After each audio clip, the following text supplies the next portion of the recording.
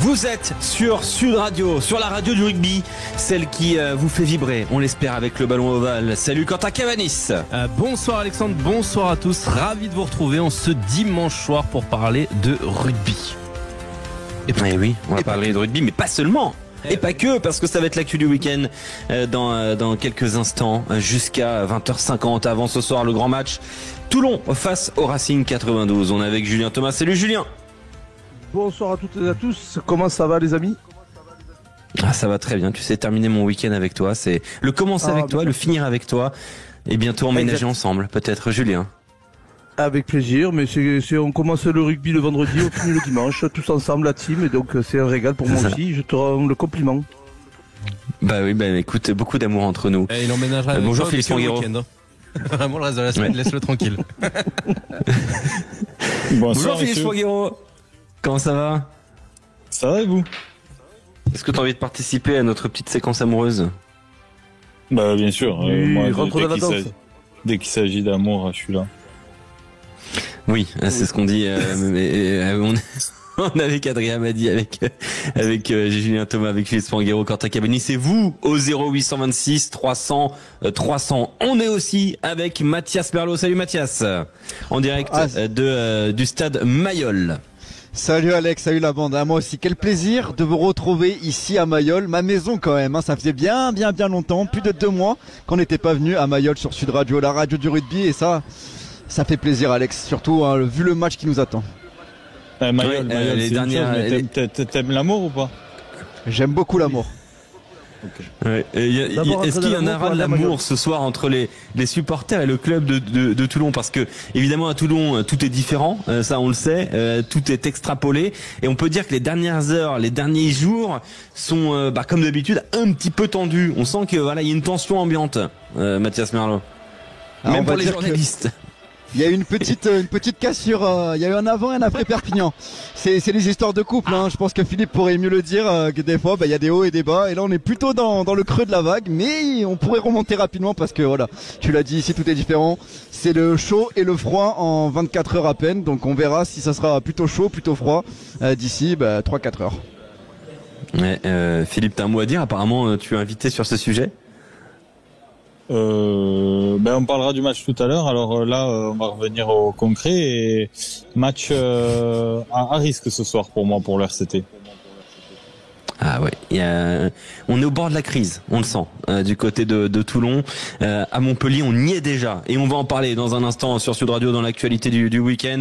On va d'abord revenir sur le top 14, on va revenir sur la Pro D2, puis on va parler de la Transat Jacques Vabre, et puis de ce qui se passe au Paris Saint-Germain entre Kylian Mbappé et avec Luis Enrique, notre invité à 20h15, le président de la section paloise, Bernard Pannot, qui sera donc notre invité pour évoquer cette position de co-leader du top 14 pour la section paloise. Un dernier mot sur Toulon, Racing 92. Aurons-nous des grands joueurs sur le terrain? C'est presque une question rhétorique quand même, Mathias Merlot. Ah oui, il y en aura quelques-uns de grands joueurs, ça dépend. Tu veux jeune espoir, joueur aguerri, il y a un peu tout ce qu'il faut. Il y aura la première d'Adrien Randel. Elle est ton quintet, ton tiercé, ton quartet, ton quintet, ce que tu veux. Moi, je te rappelle qu'Harry Arundel, la dernière fois qu'il est venu à Mayol, il m'a légèrement choqué en inscrivant un essai de 100 mètres avec les London Irish, donc j'ai bien envie de le voir. Gaël Ficou quand même, de retour, première titularisation au top 14, un des bleus. Cameron Rocky en numéro 6, à voir, à suivre, ça sera également intéressant. Puis du côté du RC Toulon, il y aura la première titularisation de Noah Lolesio, numéro 10, le coup de poker de Pierre Mignoni, là, juste avant qu'il reparte au Brumbies. Puis après, il y aura une paire de centres quand même pas mal, hein, Duncan Payawa, YC Naya Salevou. Voilà, de quoi voir de belles envolées, surtout que les conditions sont idéales, Alex. 18 degrés, pas de vent, et j'ai même enlevé la veste, donc tout est merveilleux. La question c'est, est-ce que Esteban Abadi est sur le terrain? Parce qu'il ne loupe pas un match. Bien évidemment, 400 minutes de jeu. Pour l'instant, il n'en a pas loupé une seule depuis son arrivée à Toulon. Et c'est un des rares. Également, il y a Gaël Drian qui a 400 minutes de jeu avec Toulon. Et Emeric Luc qui n'ont pas raté une seule seconde depuis le début de ce championnat. Mais je crois que c'est pire que ça pour Abadi, parce que je crois que même l'année dernière, il a rien raté. Donc Adrien, tu peux peut-être nous en dire plus. Si vous voulez des Je infos. regarde depuis tout à l'heure, je me dis bon, il y a C'est quand même le un qui est mieux placé pour en 50e parler. match de suite pour Esteban. 50e. Ouais, 50e aujourd'hui. Et manquer, il a quoi. pas raté un match en fait depuis qu'il est revenu Depuis qu'il est né. de sa blessure au cervical. Donc ça fait là c'est le 50e. Il en a pas raté l'année dernière. Et depuis qu'il a repris, il en a raté même 0. Voilà, en top 14. C'est impressionnant, très impressionnant pour Esteban Abadi, valeur sûre déjà de ce pack toulonnais. Merci Mathias, n'hésite pas à intervenir d'ici 21h si tu as envie d'évoquer l'un des sujets que l'on va évoquer justement. On a lancé le sondage avec Adrien sur la page Sud Radio Rugby sur Twitter. 4 sujets. Quelle est selon vous l'actualité sportive de ce week-end?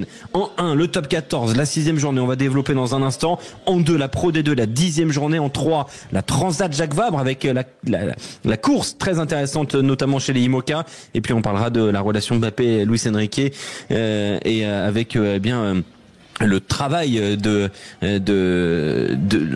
l'importance en tout cas du coach du Paris Saint-Germain qui en demande beaucoup à l'attaquant du PSG de l'équipe de France. On essaiera de décrypter un petit peu les propos de Luis Enrique.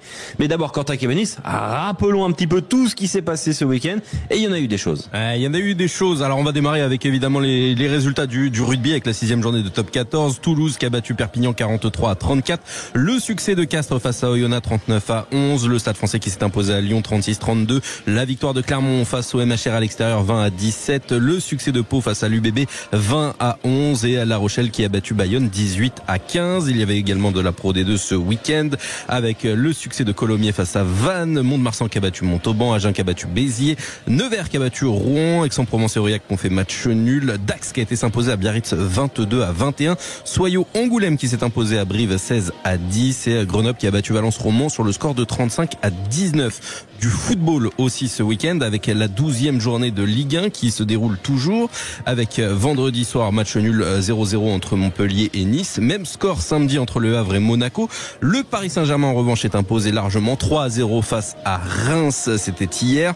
Aujourd'hui match nul 1 partout entre Lille et Toulouse. Victoire de Metz 3-1 face à Nantes. Clermont a battu Lorient 1-0. Petit exploit, Lyon a remporté son premier match de la saison 1-0 sur la pelouse de Rennes. À noter qu'un joueur rennais a été expulsé dès la 4e minute dans cette partie. Et il y aura ce soir à 20h45 la rencontre entre Lens et Marseille. Et puis enfin, je vais vous donner une bonne nouvelle en ce qui concerne le tennis français. C'est pas tous les jours, c'est pas tous les week-ends, Alexandre, qu'on peut se réjouir d'avoir des Français qui gagnent. Et là, ça a été le cas pour 2 d'entre eux. Adrian Manarino, 35 ans, qui s'est imposé hier en finale du tournoi ATP 250 de Sofia en 3-7, 7-6, 2-6, 6-3 face au Britannique Jack Draper. Le Français qui a bataillé plus de 2 heures pour décrocher son 5e titre en carrière. C'est son 3e titre de la saison. Et Hugo Humbert lui a remporté hier le 4e titre de sa carrière. Il s'impose au final du tournoi de Metz. C'est également un tournoi ATP 250. Il faut savoir qu'il vient de Metz et qu'il s'est imposé face à Alexander Shevchenko 6-3, 6-3. Le Français de 25 ans va entrer pour la première fois de sa carrière dans le top 20 mondial. Donc voilà, des bonnes nouvelles en ce qui concerne le tennis français. Ça fait du bien de le souligner parce que c'est pas tous les jours. C'est vrai que c'est pas tous les jours. Merci beaucoup Quentin Kevenis. On attaque l'actualité du week-end avec le top 14. On va revivre des moments forts que vous avez vécu déjà sur Sud Radio. On va se remémorer les moments qui nous ont fait dresser les poils. Notamment, tiens, un essai. C'était à Toulouse-Perpignan avec un essai marquant. On écoute, commentaire Rémi Mességuet. Les Catalans qui font la fête en tribune. C'est normal, c'est clairement les Catalans qui mettent là.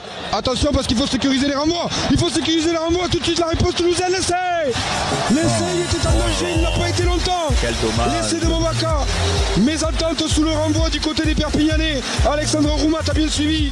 La passe après contact et c'est Peato Movaca qui va scorer cette fois-ci. L'essai de Movaca, il était en danger ce bonus, vous le disiez messieurs. Eh bien, on se redonne un petit peu d'air côté toulousain.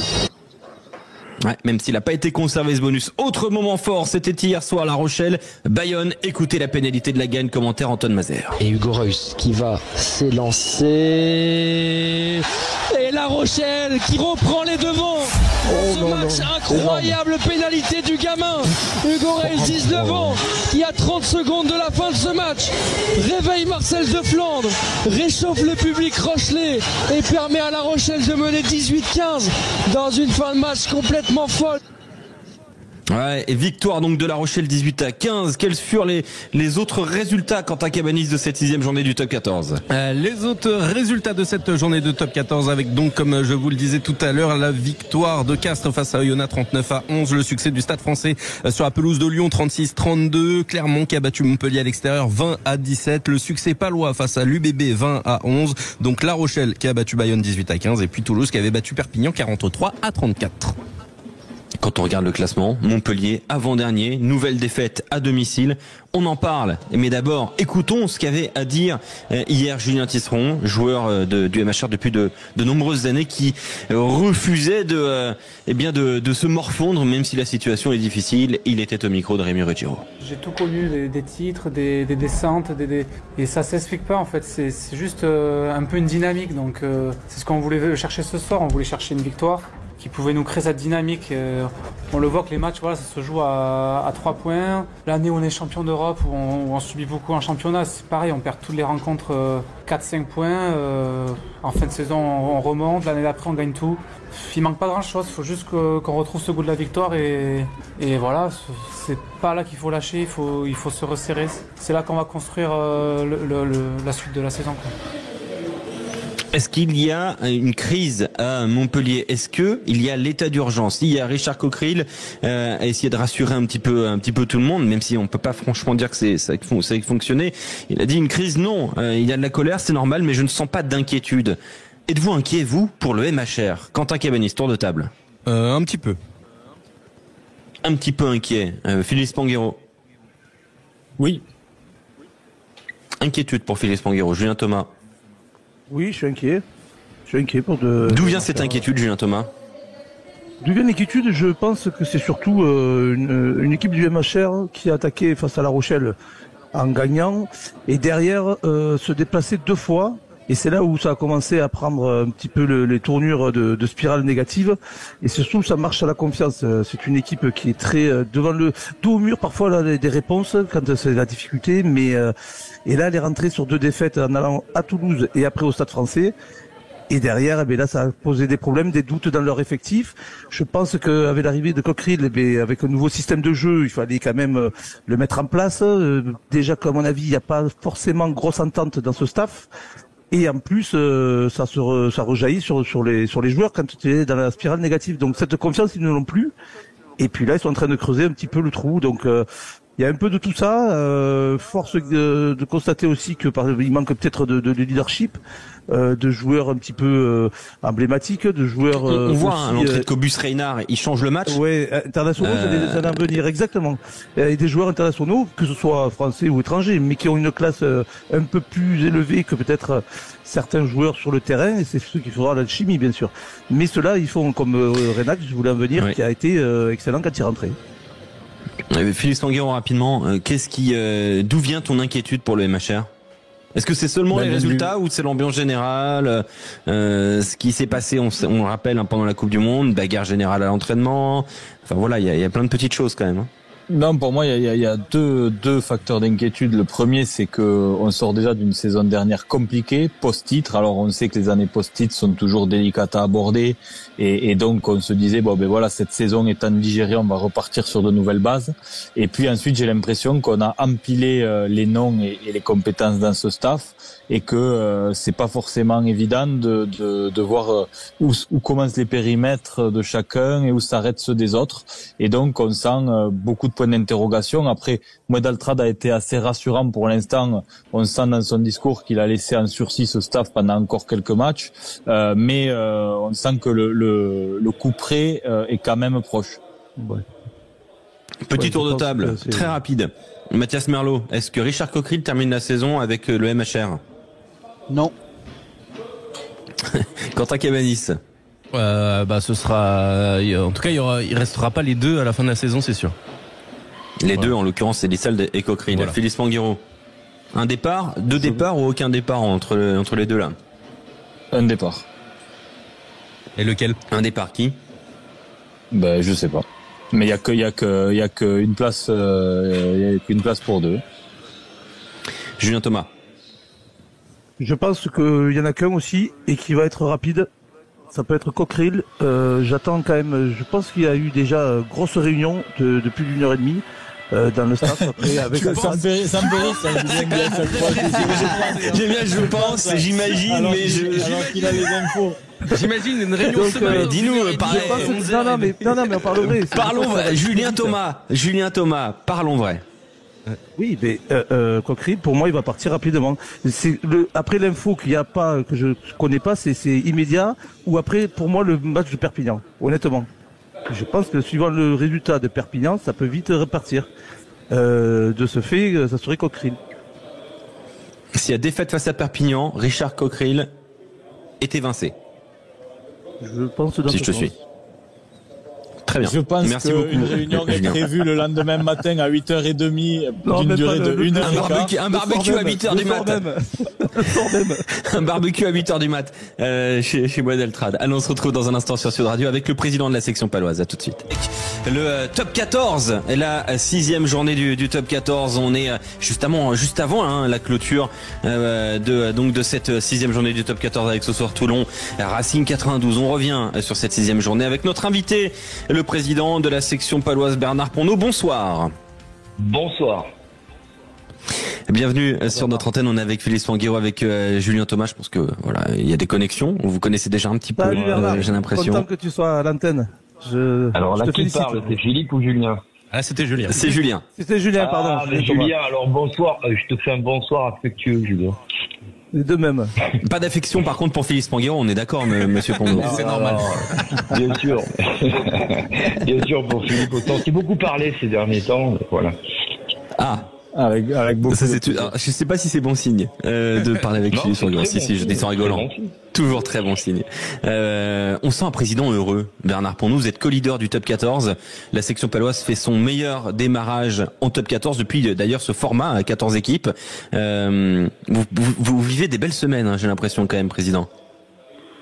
Disons, on vit effectivement des semaines où on note quelques satisfactions évidentes. On va pas se cacher qu'il y a une joie à ça, mais quelque part c'est une forme de récompense, tout en restant dans une humilité qu'on véhicule en permanence autour de nous et dans le groupe, parce que on sait d'où on vient. Ça c'est le premier point. C'est pas moi qui l'ai dit, ça c'est les joueurs. Donc ils sont conscients de ça, mais aussi nous, je dirais dirigeants, on est conscients de d'où on vient et où on veut aller. Donc partant de ce principe, on fait aussi nos bilans, on fait aussi nos analyses et il y a encore beaucoup de choses à faire pour le chemin qu'on souhaiterait parcourir. Donc effectivement, on va pas bouder notre plaisir. Surtout que, bon, vous le savez mieux que moi, hein, c'est très court en général en sport, donc profitons-en. Mais bon, soyons réalistes. Mais enfin, ceci dit, les matchs passent et on accumule un petit peu de positivité, de confiance qui j'espère, vont nous faire avancer encore mieux. Vous dites le chemin que l'on aimerait bien suivre. Quel est le chemin justement que vous aimeriez suivre à la section paloise? Écoutez, c'est simple. Je pense que vous êtes férus de l'histoire des clubs et puis au-delà de ça, de leur projet. Donc, qu'est-ce qui s'est passé à la section? Bon, on a quand même fait, certains diront des paris. Moi, je pense que c'était pas un pari, c'était surtout, disons, des décisions relatives à nos convictions. La mise en place, quand même, grâce à Sébastien Piccheroni, d'un système et d'une structure qui correspondait à la culture du club, mais au-delà de la culture du club aussi, avec des garçons qui sont arrivés au club, d'autres qui étaient là, très enracinés dans ce territoire et qui, je dirais, tout ce collectif chez nous était, du moins les dirigeants avaient une confiance absolue dans ce collectif, et on a dit on va avoir du chemin à faire, on va avoir des choses à bâtir. Le pari, il était là. Et on a vécu des heures où, rappelez-vous, encore l'année dernière, où on menait de 9 à 6, je crois, contre le Stade Français, ou à 9, et on perd le match. Donc des choses comme ça, on en a vu plein, où je dirais le match n'a pas basculé du bon côté. Pourquoi? Parce que on avait encore beaucoup de pierres à poncer, de travail à faire, de maturité à acquérir. Et je pense que dans l'ensemble du club, même chez les très jeunes, on a mis tout ça, je dirais, ensemble. on a fait le job, je pense, qu'il fallait faire, de telle manière à arriver à cette maturité et de telle manière à pouvoir basculer ces matchs du bon côté, ce qui fait la différence cruelle dans ce championnat parfois, qui est, comme vous le savez, quand même assez relevé.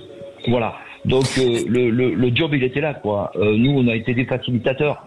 Ce groupe, il y a une confiance absolue dans ce groupe. Je pense qu'on a des très bons garçons, des super mecs, et ils sont en train de le prouver, se faire plaisir. Donc ça, c'est bien, parce que bon, ça reste quand même le rugby. Il faut savoir se faire plaisir. Et je crois qu'on se fait plaisir en ce moment. Ouais, il y a beaucoup de plaisir, en tout cas, qui est effectivement transparaît de cette équipe de la section paloise. On voit beaucoup de jeunes aussi, gifs français, s'épanouir. Alors on sait que c'est évidemment l'objectif. Quand vous avez nommé Sébastien Piccheroni à la tête de la section, c'était aussi pour ça. Mais le fait que ça fonctionne sur ce début de saison-là, c'est aussi une fierté globale au-delà du terrain, d'avoir un projet peut-être qui peut faire référence en France. Oui, peut-être. Enfin, je sais pas. Je n'aurais pas cette arrogance, mais disons, on a peut-être matché dans la génétique et la culture du club. Moi, je crois profondément à un club très aligné aussi avec son territoire, l'envie de ses supporters, et de ses actionnaires, de toutes ses parties prenantes en somme, et de ses grands partenaires. Donc tout ça, c'est très aligné dans ce projet-là et dans cette culture-là. Alors ça, c'est un premier palier. Après, faut que les choses se fassent. Et écoutez, on s'est donné un petit peu les moyens d'avancer, de mieux jouer au rugby, d'avoir des convictions aussi quand on y joue. Même si on s'adapte aux adversaires, il y a quand même, je pense, un dénominateur commun dans nos matchs, dans un petit peu notre ADN rugbystique en ce moment, et qu'on veut faire perdurer, mais qu'on veut en plus rendre encore plus efficace. Et tout simplement, il est là. C'est de la cohérence. Alors, on est passé par ces phases, je répète, on est passé par des phases quand même où c'est compliqué, c'était tendu, mais on a gardé notre cap et on a gardé nos convictions. Donc aujourd'hui, ça paye, tant mieux. Après, demain, il y a des grandes équipes qui vont se présenter au Hamon très vite. On va aller voir aussi des clubs qui sont excessivement compliqués à jouer chez eux. Nos voisins bayonnais, par exemple, la semaine prochaine. Donc, voyons, soyons humbles et soyons sérieux. En plus, on va être dans un championnat qui va être excessivement compliqué dans le sens où les rencontres vont s'accumuler, si je puis dire, dans les organismes. Et à un moment donné, on perd la facture. Nous, les autres, peu importe, tout le monde va la payer, je pense. Donc, voyons, soyons un petit peu, je dirais, réalistes, froids, humbles, et comme on doit avoir ces qualités-là si on veut jouer au niveau rugby. Philippe Sanguero. Ouais, rapidement, je voulais simplement rebondir. C'est vrai que je me souviens d'un échange qu'on avait eu avec toi, Bernard, la saison dernière, dans la difficulté, après ce match contre le Stade Français. On s'était posé pas mal de questions avec la section. Vous aviez perdu des joueurs importants la saison précédente, Lespio, Abel Kufner, et vous avez su garder le cap. Et ça, c'est à saluer parce qu'aujourd'hui, vous récoltez les fruits de ça. Il y a beaucoup de clubs dans une partie de saison délicate pour vous la saison dernière qui aurait essayé de trouver un électrochoc avec le staff parce que il y avait quand même la menace de la relégation à un moment. Et puis vous avez dit non mais ces joueurs-là, il faut qu'ils mûrissent et ça deviendra des éléments importants. Et je crois que c'est ce à quoi on assiste aujourd'hui. Et c'est à saluer parce que vous êtes resté hermétique à cette pression du résultat. Et puis en s'étant sauvé la saison dernière, là on sent quand même cette saison une dynamique complètement différente. Les points qui sont pris ne sont plus à prendre. Et puis surtout, vraiment, il y a eu des scénarios de match la saison dernière, de matchs qui vous échappaient. Et on sent cette saison quand même, cette confiance collective et cette capacité à garder le score, à revenir dans les matchs, qui est quand même le signe d'un groupe qui vit bien. Ouais, c'est ça, c'est bien résumé. Et je noterai même, et on le voit sur ce match de Bordeaux, où Bordeaux ira loin, je pense, cette année. C'est une équipe avec des moyens énormes et humains, et donc ils iront loin. Je pense que dans un schéma de match compliqué, parce que il a plus des cordes. On a vu quand même des équipes, je dirais, qui ont qui sont partis quand même d'une intensité très élevée. Et en fin de match, on a quand même un peu, ça a été un peu compliqué la fin. Donc ça a été fait sur l'envie, sur la volonté, sur l'état d'esprit. Et je note cet état d'esprit parce qu'on avance comme ça. Et cet état d'esprit, effectivement, je pense qu'il est très positif. Quelque part, on l'a construit ensemble, on l'a construit staff, club, dans son ensemble, les joueurs. Les joueurs ont été très impliqués dans cette construction. Voilà, je pense que tout le monde était conscient que l'année dernière, 2 matchs de plus, on joue autre chose, et 2 matchs de moins, tu joues à descendre. C'est peut-être un peu la vérité du top 14 en ce moment. Mais malheureusement, effectivement, on passe dans des états, je dirais, de stress et de pression qui peuvent amener à prendre des décisions qu'on peut regretter par la suite. Et puis surtout, perdre de vue ses convictions. Je pense qu'il faut jamais perdre ses convictions, en fait. Ouais, justement, on parle de convictions. Les convictions, voilà, ça se construit, ça se solidifie. Quand on regarde un petit peu l'organigramme de la section paloise, beaucoup d'anciens joueurs. On pense à Emmanuel Ménien, on pense à Michael Drouard, à Tudor Stroé, à Geoffrey Lanne-Petit, par exemple. Thomas Domingo aussi a joué avec la section paloise. C'est important de faire passer, de capitaliser sur des joueurs qui ont porté ce maillot de la section paloise. Oui, je pense. Après, voilà, on a tendance à se tourner aussi vers les gens qu'on connaît et vers les compétences qu'on connaît. Bon, ça c'est une chose. Mais aussi, effectivement, on a beaucoup travaillé sur la culture club et sur notre raison d'être collective. Et je pense que ça fait partie de ça, d'avoir ces gens-là. C'est-à-dire des gens qui amènent leurs compétences, mais aussi et qui viennent avec cette culture club qu'ils connaissent déjà, dans laquelle ils s'impriment, je dirais, de ce re-engineering permanent qu'on subit et qu'on se doit de faire. Donc oui, ça fait partie de ça. Moi, je pense que une entreprise, elle se construit humainement avec des gens qui marchent avec les mêmes valeurs et la même culture. Autrement, ça devient compliqué. Ça veut pas dire pour ça que parfois on a besoin de remettre le métier sur la table et de revoir tout ça. Mais ça fait partie du quotidien. Mais au-delà de ça, ça facilite les choses. Et il faut s'appuyer aussi sur ce qui est un peu solide. Et je pense que ce qu'on a cherché à faire aussi, vous l'avez noté, et très bien analysé, c'est qu'on a quand même aussi très professionnalisé la structure jeune et toute la filière. Et ça, on y met de plus en plus de moyens. C'est, je pense, très important. Et avec, je dirais, des interfaces pro qui sont, je dirais, très perméables pour ces jeunes-là et qui vivent au milieu de ces professionnels. Donc je pense que tout le monde est tiré vers le haut. On le voit bien avec l'avènement de certains jeunes et tout de suite la mise dans le bain de jeunes comme Théo Atisogbe ou Mandina et d'autres. Voilà, et Hugo. Et je vais aller oublier Hugo Rado. Donc et d'autres qui viendront. Et d'autres, vous verrez, 2-3 jeunes garçons qui apparaîtront dans l'année. Voilà. Ça aussi, c'est justement. Est-ce que la prochaine étape de la section paloise, c'est pas réussir à garder ces joueurs à très très fort potentiel? On pense à Gailleton, comme vous le disiez, à Tissogbe, au Radou, à ces joueurs-là qui, on le sait, sont surveillés par des clubs qui ont beaucoup d'argent en top 14, pour ne pas les nommer, mais vous voyez très bien l'idée. Comment la section paloise va réussir à fidéliser, à garder ces joueurs qui, il y a encore quelques années, quittaient la section paloise pour franchir un cap?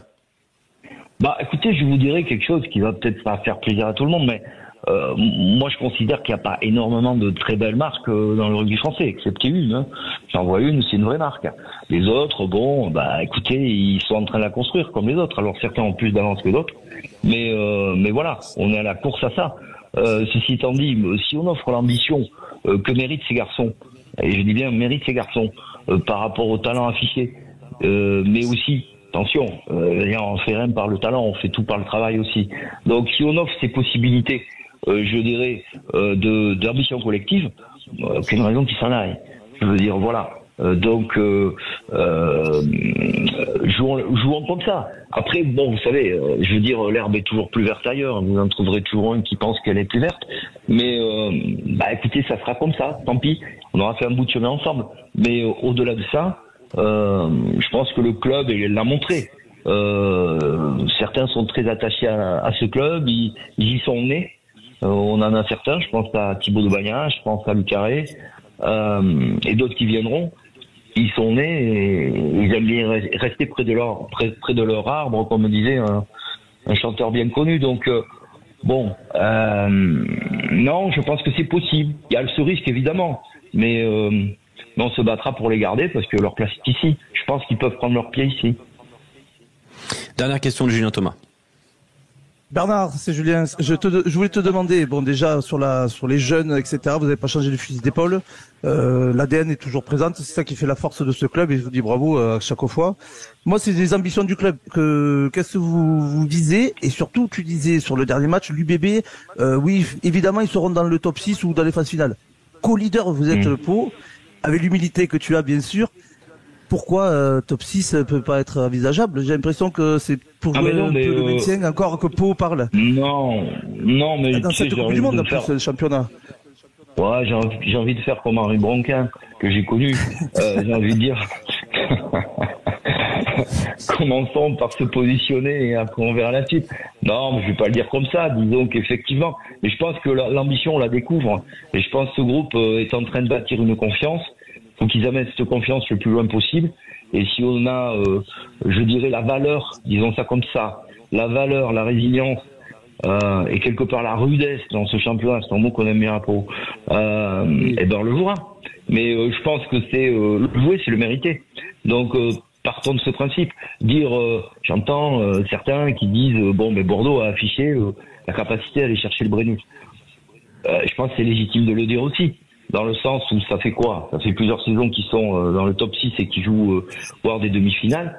Donc je pense que c'est pas illégitime de le dire. Nous on n'en est pas à ce stade-là.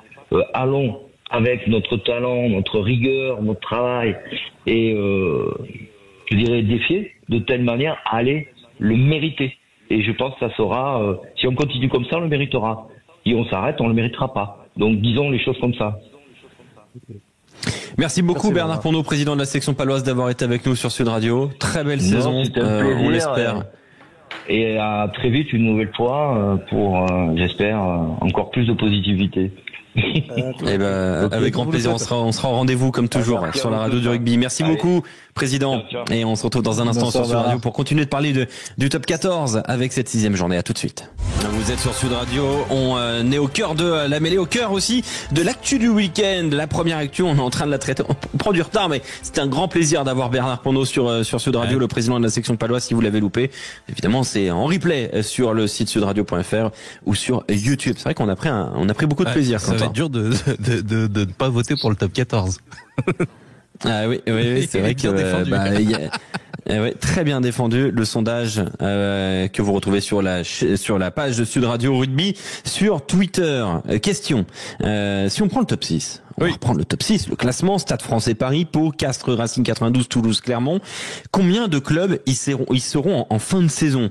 Écoutons d'abord un des moments forts de ce week-end et puis on en discute le tour de table avec Mathias Merlot, Quentin Kamenis, Julien Thomas et Philippe Spanghero. Il y a le retour intérieur peut-être de Joe Simmons, il s'est fait découper Joe Simmons par la montée de Cyril Cazot côté Union Bordeaux-Bègles. L'avantage toujours en cours signalé par Monsieur Caire et la défense, même si elle s'est mise à la faute, là est en train de faire un gros travail. 3e avantage et peut-être une occasion d'essai pour la section. Ça a passé l'embut. Est-ce que c'est marqué? Oui. Essai pour la section paloise. 55e minute de jeu. 18-11. Après de nombreuses séquences en faveur des Béarnais, ils ont réussi à faire sauter le verrou Bordeaux-Bègles. L'essai donc de la section paloise. Je redonne la question globale. Vous pouvez d'ailleurs participer avec nous au 0826 300 300. Stade Français, Pau, Castres, Racing 92, Toulouse, Clermont. Combien de clubs y seront en fin de saison dans ce top 6? On les nomme pas maintenant. Je veux un chiffre. Quentin Cabanis. 3. 3. Mathias Merlot. S'il est avec nous. On demandera à Philippe Spanghero. D'abord Philippe Spanghero. Alors. 4. Julien Thomas, t'as dit, Philippe, c'est 4. Toi qui dis 4. Julien Thomas. Julien 4. 4 aussi. Ah, vous dites tous les deux 4. Alors, quels sont ceux que tu éjectes, Julien Thomas? J'éjecte Clermont. Je ne sais pas s'ils vont maintenir cette cadence toute la saison. Et puis, on vient d'en parler, et les Palois, connaissant un petit peu la maison, finissent les saisons cramées. Je ne sais pas aussi s'ils vont tenir toute cette cadence du top 6 et ces exploits à chaque week-end. Donc, j'ai l'impression qu'ils sont à Pau et Clermont. mais c'est compliqué. Pau et Clermont.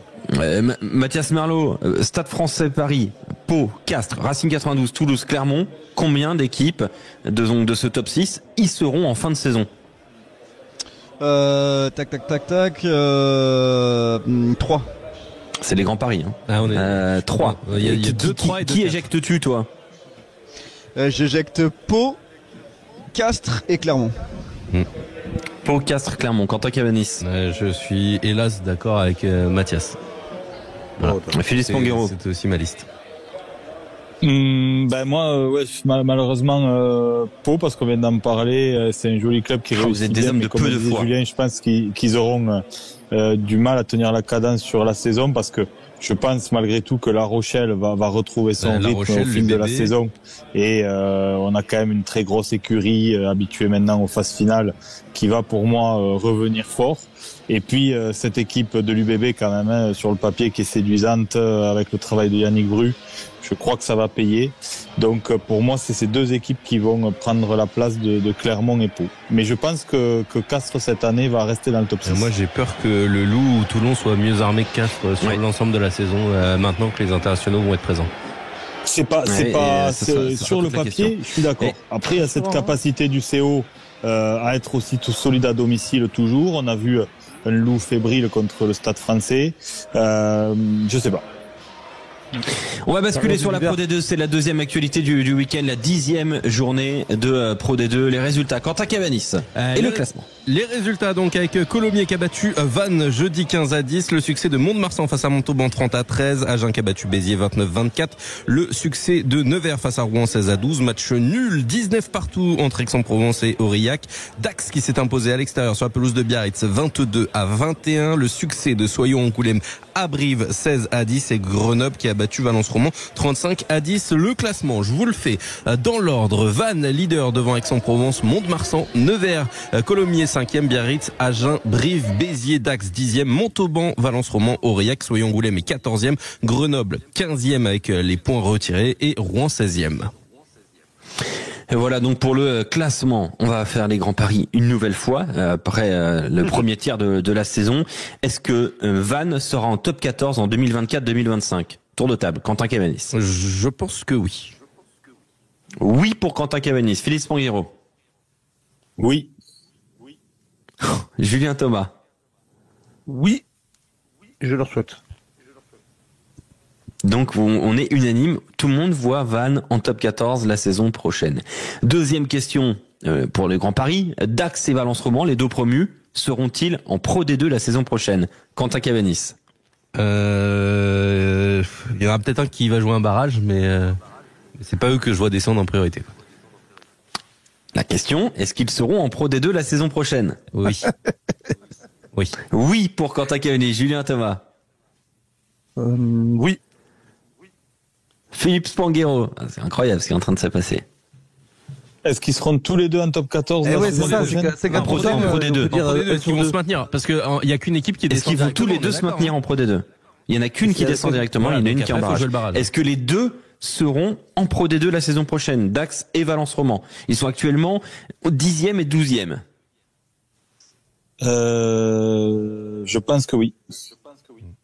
Après, la question, c'est est-ce que Rouen sera toujours en Pro D2 la saison prochaine?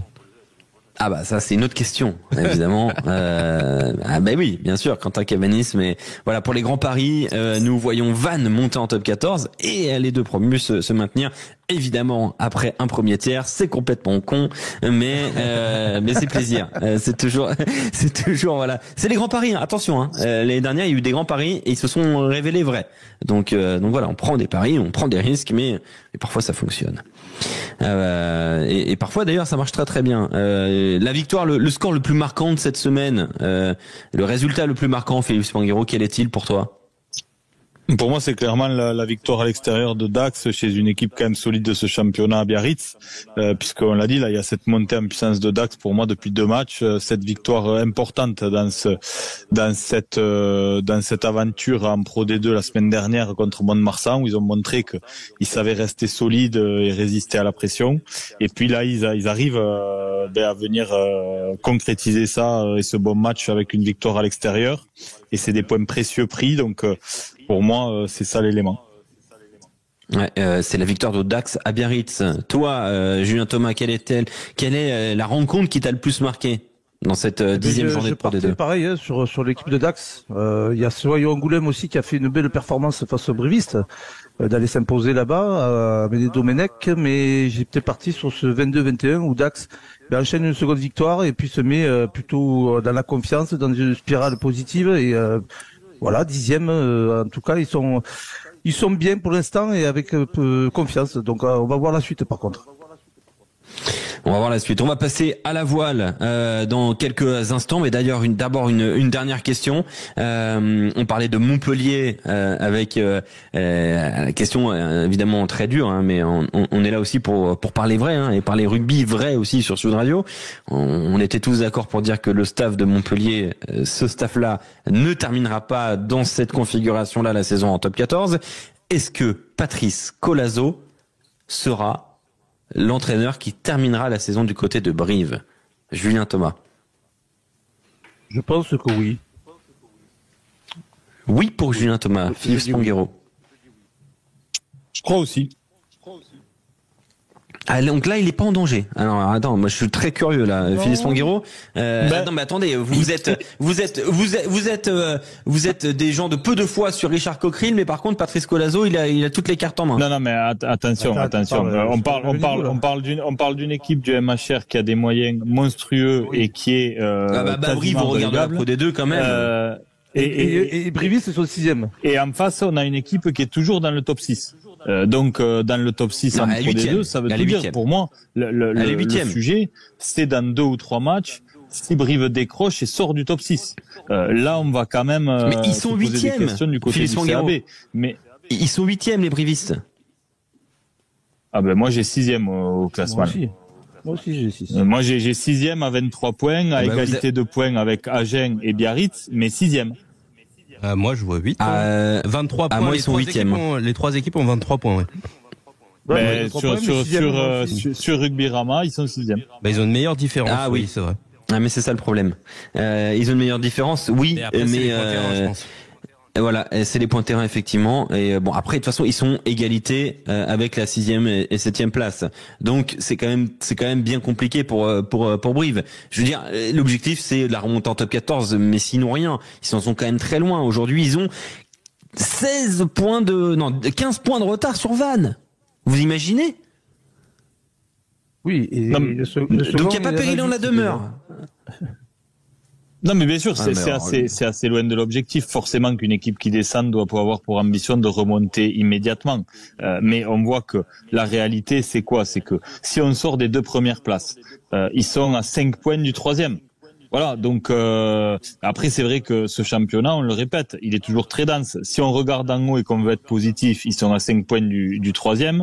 Mais si on veut être un peu plus pessimiste, ils sont à 5 points du 14e. Donc voilà, pour l'instant, il y a pas. C'est la Pro D2 aussi, c'est ce championnat terrible. Rien ne s'est détaché dans ce championnat. Mais par contre, je crois. Tiens, on en saura plus bientôt, Philippe, parce que quand on regarde le calendrier, déplacement à Nevers la semaine prochaine, réception de Mont-de-Marsan, déplacement à Colomiers, réception de Vannes, déplacement à Biarritz. Je pense qu'on en saura beaucoup plus. Là, de toute façon, on est d'accord pour dire qu'après ce bloc. Soit Patrice Collazo est conforté pour la saison, soit il est en danger.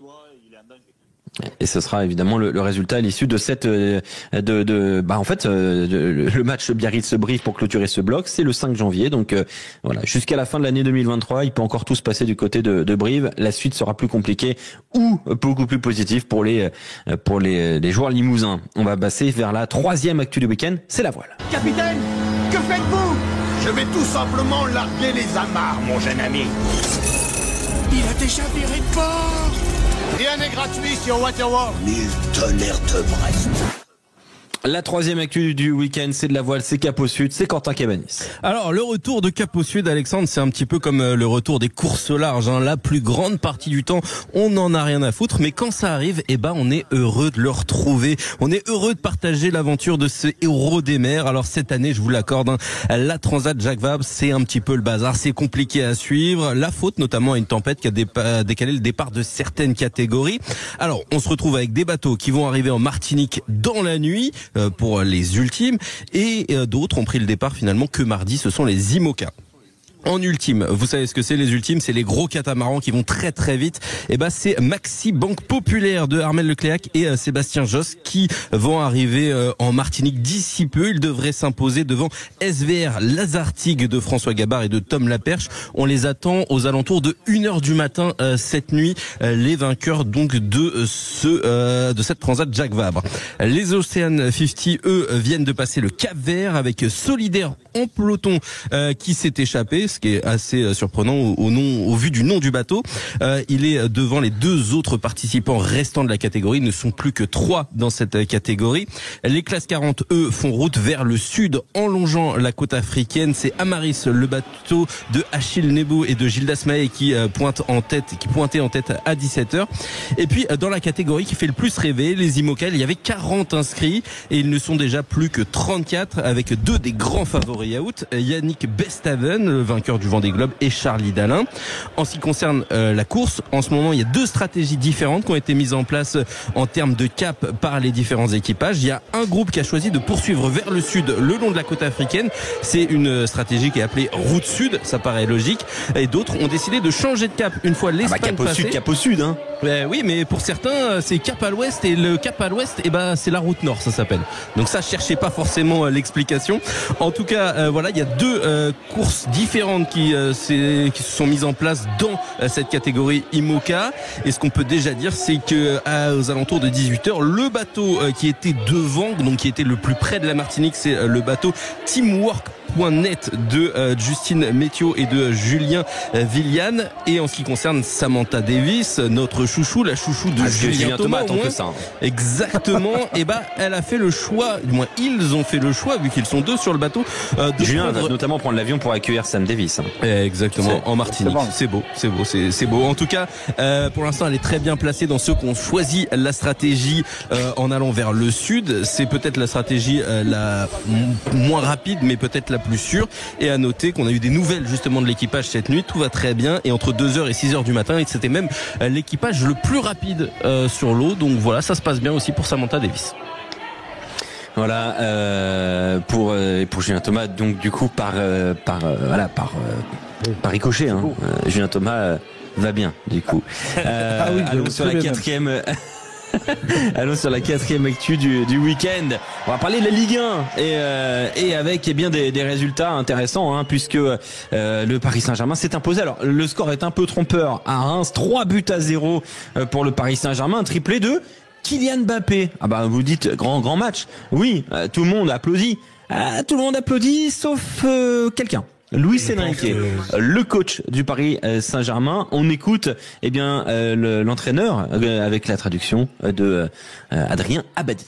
Je pense que le plus juste est d'en parler d'abord avec Kylian plutôt qu'avec la presse. Tous les joueurs ont des marges de progression. Vous me parlez de Mbappé parce qu'il a marqué 3 buts. Quelqu'un qui n'a pas vu le match se dirait que c'était un super match. Mais je pense qu'il peut faire mieux. On aimerait qu'il s'améliore et c'est notre objectif. J'en parlerai spécifiquement avec le joueur et avec l'équipe. Et il le sait très bien.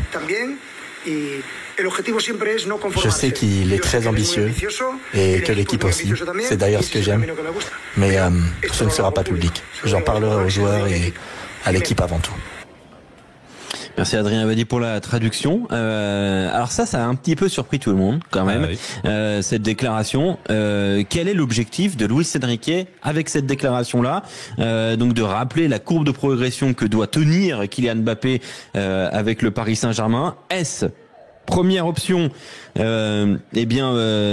soutien, le travail d'un entraîneur vers un joueur pour l'amener plus loin. Est-ce une façon de le tenser aussi un petit peu sur son supposé individualisme, le fait qu'il ne défende jamais, ou Luis Enrique essaie-t-il de prendre le costume de patron du Paris Saint-Germain, ce qu'on attend d'ailleurs de Luis Enrique, ce que les autres coachs ont essayé de faire parfois ou pas, mais jamais avec réussite de toute façon. Quelle est l'option que vous voyez? On parlait des amoureux de football, notamment, tiens, Mathias Merlot, ton regard. C'est sûr que c'est son club préféré. Elle est délicate cette question parce qu'on connaît pas vraiment en soi la relation Mbappé-Luis Enrique. On sait pas si évidemment. Il dit pas ça pour rien. tu vois. Ah, bien évidemment, il fait passer un message en soubresaut. Je sais pas si c'est aussi à voir par rapport à sa prolongation qui va revenir bientôt sur la table. En tout cas, il le câline pas dans le sens du poil. C'est le premier entraîneur qui le fait publiquement. C'est osé. Mais voilà, Luis Enrique, il a eu des grands joueurs au FC Barcelone. Je suis pas sûr qu'il ait tensé comme ça Léo Messi, mais c'est peut-être aussi parce qu'il estime qu'il ne fait pas assez pour le collectif pour l'instant et que c'est un joueur pour l'heure trop individuel, en tout cas sur les grandes rencontres. Donc toi, tu y vois plutôt un message direct du coach aux joueurs, mais pas l'idée que Luis Enrique prenne un costume et se dise aux autres, à tout le monde, hein, à tout le club, c'est moi le patron. C'est plus direct que global dans ton analyse, Mathias. Moi, Julien Thomas, toi c'est direct. Julien Thomas, toi qui es coach, qu'est-ce que tu notes dans cette déclaration de Luis Enrique? Et le problème, c'est que je ne comprends même pas pourquoi il y a polémique. Luis Enrique, c'est son entraîneur. La question était, est-ce Kylian Mbappé, avec son triplé, était le meilleur joueur du monde? Et on se surprend de cette réponse. C'est vrai qu'il a mis 3 buts, ça je suis d'accord.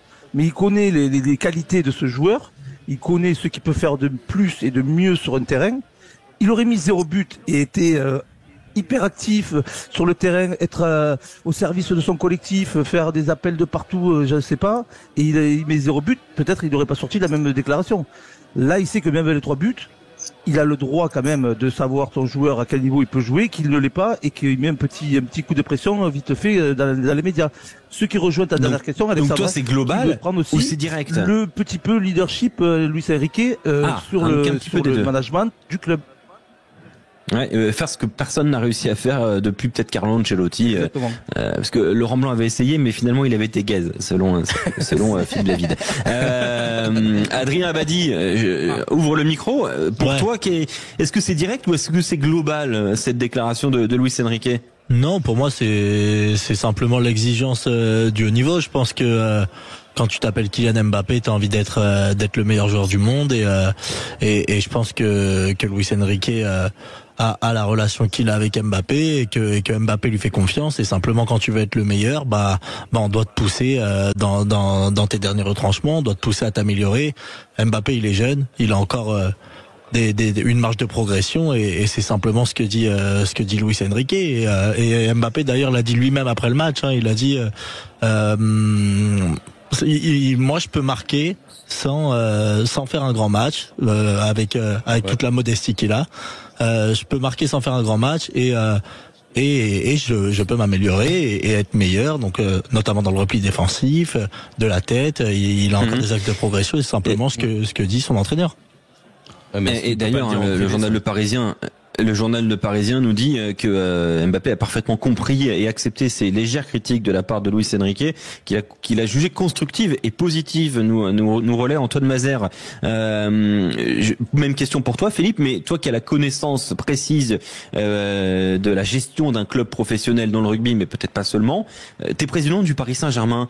Comment tu vois cette déclaration de Luis Enrique? Est-ce que tu peux te réjouir d'ailleurs de cette déclaration? Je la vois très bien, non mais je suis d'accord avec Julien, je pense que dès qu'on touche à Kylian Mbappé, ça amène des débats qu'on n'a pas forcément à avoir. Moi je crois que de la part d'un entraîneur, c'est logique d'avoir ce type de discours. Il veut montrer aussi que Kylian Mbappé n'a pas un statut à part. C'est important quand même dans l'équilibre d'un vestiaire de pas avoir un joueur sanctuarisé. Kylian Mbappé est un compétiteur hors norme, donc qui doit aussi accepter cette critique quand elle est formulée avec les bons mots et que elle est légitime. Pour moi, il y a pas beaucoup de débats à avoir. Après, le problème du PSG, ça a toujours été cette relation directe qu'avait le président avec ses joueurs, en squeezant et en enlevant complètement la légitimité et l'impact des staffs sportifs. Ouais, là, il se positionne. Et donc, si il pouvait laisser la main à Enrique et que Enrique soit le vrai patron du sportif, je pense que ça servirait grandement le club et ses performances. Ouais, on sent qu'il se positionne très clairement, Luis Enrique. C'est vrai que ça fait, pour vous donner un petit ordre d'exemple, imaginez Hugo Mola dire, écoute, Antoine Dupont, oui, il a mis des essais, mais franchement, il peut beaucoup mieux faire. Je l'imagine très bien, honnêtement. Oui, mais on l'entend peu. Tu l'imagines, mais on l'entend peu quand même. Est-ce qu'il le ferait pas plutôt dans le vestiaire que devant les caméras? Parce que là, il sait très bien que ça va faire débat. Il sait exactement ce qu'il fait, je pense. Ouais, moi, je pose la question. Et tout en disant, vous savez tout à l'heure, je dirais pas en mais vous public. disiez depuis Ancelotti, mais Ancelotti, c'était en quelle année? Enfin, je veux dire, Mbappé n'était pas 2013. Ce qu'il est aujourd'hui. Il n'y avait pas ce sujet d'équilibre dans le vestiaire. Il y avait d'autres joueurs aux très fortes personnalités, des joueurs importants. Là, honnêtement, dans cette équipe du PSG, on a l'impression que c'est Mbappé et le reste du monde. Bah oui. Il y avait pas les mêmes contextes les années précédentes. Hein. Ouais, on doit faire très rapide. À noter quand même que si on parle parfois d'individualisme sur le terrain pour Kylian Mbappé, en dehors du terrain, pour le coup, il y a rien à lui reprocher parce qu'il est venu hier soir après le match sur la scène de l'Olympia pour un concert au profit de premier de cordée. Voilà, ça c'est quand même magnifique association, une constante. Ouais, une très très belle association et une constante. Hein. On peut lui reprocher des choses, Kylian Mbappé. Mais il est engagé, s'il y a bien un gars qui a l'air quand même connecté à la réalité, c'est bien lui, Philippe. Très rapidement, je sais que l'aspect caritatif t'intéresse beaucoup, te touche particulièrement, et pour le coup, oui, Kylian Mbappé, il est le rendez-vous souvent. Il faut dissocier les choses, et sur il a pris ce terrain-là avec beaucoup de conviction, sans en faire de la com, ce qu'on peut reprocher à certains sportifs. Il fait beaucoup de choses sans en parler, et il est irréprochable au soutien de premier de cordée. Je le sais de source sûre, et de beaucoup d'autres actions. Et en ça, c'est un très grand champion. Ouais, ça c'est tout à son honneur. On dit souvent que les sportifs de haut niveau ne s'engagent pas assez. Et ben voilà, l'exemple de Kylian Mbappé, qui est probablement le meilleur joueur de football au monde. L'actualité du week-end, c'était donc le top 14, la 6e journée, la Pro D2 la 10e journée, la voile, et enfin Kylian Mbappé et la Ligue 1. Tour de table extrêmement rapide. Quel était pour vous, quel était votre choix, Julien Thomas? Allez, Kylian Mbappé. Kylian Mbappé pour Julien Thomas. Philippe Spanghero. La Transac Jabavre, parce que c'est plus court dans le temps et que c'est plus un événement. Ouais, ça s'entend tout à fait. Quentin Cabanis. Le top 14. Mathias Merlot. Et moi, Pro D2, comme ça, un partout. Balle au centre. Et ouais, celui qui va choisir, c'est Adrien Abadi. Adrien, quelle était l'actualité pour toi de ce week-end et qu'ont voté nos auditeurs? Il va nous dire le tennis. Alors pour moi l'actualité du week-end c'était le top 14. Le top 14, c'est ce qu'ont voté d'ailleurs nos auditeurs à 76%. Ouais, devant la Pro D2, Kylian Mbappé, et enfin la Transat Jacques Vabre. Merci Philippe d'avoir été avec nous. Ton pronostic, ton score? Je vois une victoire du Racing au RCT ce soir. Merci Philippe d'avoir été avec nous. Très bonne semaine, et dans un instant sur Sud Radio, c'est le grand match de ce dimanche soir, l'ultime rencontre de la 6e journée. Mathias Merlot, Julien Thomas, le Stade Mayol, Toulon, Racing 92 sur Sud Radio, la radio du rugby.